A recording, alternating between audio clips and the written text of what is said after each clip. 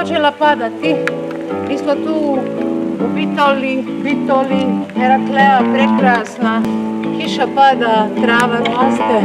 Vidimo se u ponedjeljak u isto vrijeme koje je bilo zakazano za večeras.